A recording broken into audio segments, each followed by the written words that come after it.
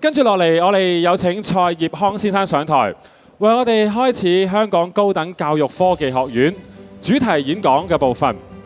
今日嘅題目會係人工智能推動產品設計突破界限。跟住落嚟時間交俾蔡業康先生，掌聲有請。好多謝大家。咁就多謝Dr. John 啦個 speech 啦。咁賣廣告咧，我都會做少少嘅，但係我會最尾做。咁就今日我叫 Sunny 啦。我今日想分享嘅咧就其實AI 點樣可以應用喺 product design 呢一個 process 裏邊嘅。咁所以我就想分享下其實產品設計嗰個過程，我簡化咁解釋咗先啦。跟住大家可以睇到其實佢點樣可以應用到喺裏邊。好啦。咁有少少我個 background 啦，嚟自高科院啦。咁我係產品設計嘅課程主任。咁我亦都係香港工業設計師協會嘅 fellow member。咁同埋入教育界之前呢，就做咗10零年嘅設計，設計過產品啦、電子啊、玩具啊，又做過啲 retail 嗰啲咁嘅嘢嘅。好啦。產品設計所有行業其實都被 AI 影響嘅 ，OK？ 咁所以今日我想解釋嘅嘢呢，就係首先個產品設計嗰個過程啦，然之後呢，就 AI 嘅工具點樣喺某啲 steps 嗰度可以貢獻到一啲好有用嘅一啲facilitation 或者幫助，跟住呢，就睇下啲 impacts 同埋個 conclusion 咁樣嘅。嗱 AI 呢，product design 呢，其實我哋可以分別係將佢簡化到變做4個 step。咁就第一個呢，就係資料搜查同埋做研究，同埋最終呢，我哋其實做產品設計要了解個用家佢其實有咩問題，我哋要解決呢個問題先至好做個 product， 唔好就咁做個 product 出嚟，然之後等人買，我哋唔會咁嘅，一定係要解決一個貼身或者用家嘅問題。跟住呢，下一個 step 呢，我哋就要爆 idea 啦。我哋需要大量嘅 idea 嚟輔助我哋去考慮究竟點樣去解決呢個問題。然之後呢，我哋會製造啲 concept。咁嗰啲 concept 就係總結咗我哋嘅研究之後呢，我哋就可以 present 出嚟一啲解決方案。然之後最尾就係去做溝通啦、做 testing 啦，同埋做生產嘅。咁所以呢4個大 step 我哋可以當係 product design 嘅 process。咁好啦，邊啲可以用到 AI 呢？其實我哋頭嗰2個呢，可以用到啲 LLM large language models， 呢個係可以幫助到好多。但係去到最尾嗰2個呢，其實我今日想分享嘅呢，就可以用到啲AI 嘅 powered 嘅 image creation。咁頭先都有提過嘅，我哋都會用到呢啲嘅。咁不如睇一睇。好啦，撳一撳先。以下你見到呢度所有圖片呢，都係通過呢。我諗朋友有用過呢啲 generate 圖片嘅applications 啦，其實係文字上呢就可以形容到你想要嘅嘢，即是話呢，你自己想像到嘅，你又可以用文字上溝通到呢，就製造到㗎啦。無論係邊一個 style、邊一個物料、邊一個款式、邊一個角色都可以做得到。咁所以呢個係幫到 product design 好多嘅，因為呢。我哋需要 visualize 到好多我哋腦裏邊諗緊嘅嘢，所以你講得出嘅呢 AI 就可以幫到我哋 visualize。譬如一隻蟹形嘅機械人，其實 it doesn't exist， 即係唔存在嘅，但係我哋可以製造到。OK， 咁所以我哋可以利用呢個 skill 或者呢個 assistance 呢，去幫助我哋嘅 product design。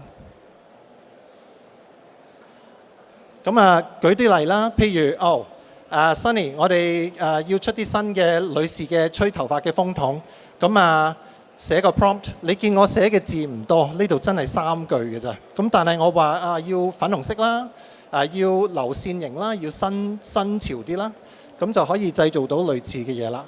嗱，咁呢啲呢，其實係比較普遍可以做得到，但係我哋 product designer 係可以好用得着呢啲嘢嘅。假設 OK， 我唔係咁滿意。其實我哋需要一啲負離子嘅一啲功能喺個風筒嗰度，同埋可能要加翻啲電鍍嘅 finishing， 因為我哋覺得咁樣先賣得到。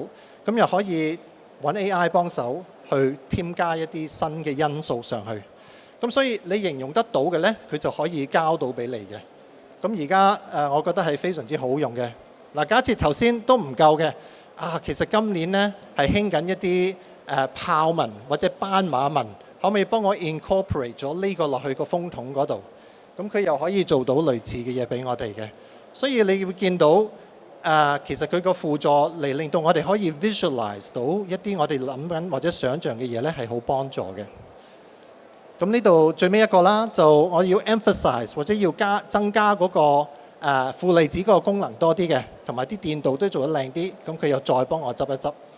呢個只係一個 example 嘅，下一個咧再正啲，我可以再睇下。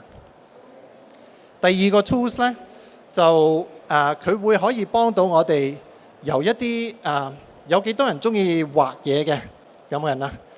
都有啲嘅 ，OK 嗱，學生可能中意啦，喺啲notes 後邊嗰度 scribbling 啊咁樣。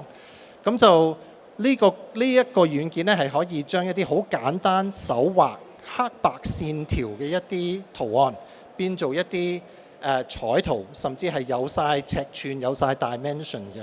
咁我哋可以睇一睇咧，其實咧佢可以幫到我哋添加或者增加我哋嘅 output 啦。佢又可以幫到我哋去將啲草圖變做一啲彩圖，甚至係可以輔助到咧。因為做設計師有時係幾個團隊一齊去合作去做同一個產品，只不過可能分唔同步驟或者唔同零件啊。所以呢個係可以輔助到 teamwork 嘅一個平台嚟嘅。最尾就甚至係可以而家由一個黑白線條嘅圖案，可以變做一個3D model， 即係立體嘅 model， 一個低解像度嘅 model。好啦，產品設計師咧一般都係畫到呢啲咁樣嘅圖嘅。呢啲我哋會訓練同學去可以將佢諗嘅嘢咧變做一啲畫出嚟嘅嘢。呢個係好重要嘅一個階段嚟嘅。咁就類似呢啲啦，會上埋顏色啦。嗱，佢唔係逼真嘅，但係你睇到佢嘅形狀同埋佢個成個 design 係點樣嘅。咁所以呢啲係比較普遍嘅 for 一個產品設計師可以做到嘅嘢。咁好啦，睇下點樣可以。如果我假設有呢張圖，我想將佢變咗做一幅相，得唔得呢？以往呢，就我要畫 3D， 可能畫幾個鐘頭先畫到呢個起到呢樣嘢出嚟。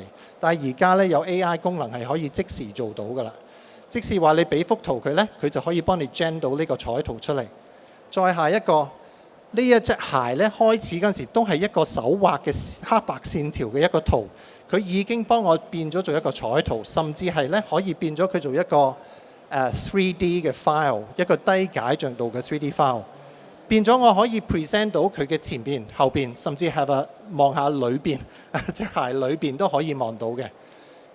或者呢架車，佢可以俾我呢指定點樣去設計嗰架車。譬如我開始係線條，但係我話我揾到一個綠色嘅頭盔，我覺得幾正，幫我擺呢個因素落去架車嗰度，然之後 render 翻出嚟，呢個都做得到嘅。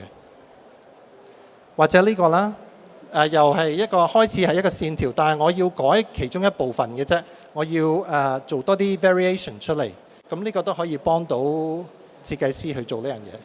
所以你會見到非常之有用嘅一啲工具 for 去想像一啲產品嘅。咁今日我分享係咁多，我就想講埋呢，我哋產品設計課程呢都有好多同學讀緊啦，咁都好開心嘅。我哋都會不停咁樣更新我哋嘅 knowledge 啦，同埋去揾啲新嘅方法嚟利用 AI 喺個課程嗰度，因為呢個係一個新嘅趨勢。咁所以你會見到我哋會做 3D 打印啦，同埋做好多同業界一齊合作嘅 projects， 令到學生可以有工作經驗。畢業嗰陣時都已經有工作經驗啦。咁我分享係咁多。我哋有柴灣同埋青衣嘅校舍，多謝大家。Thank you。唔該晒蔡業康先生，請先到台下就座。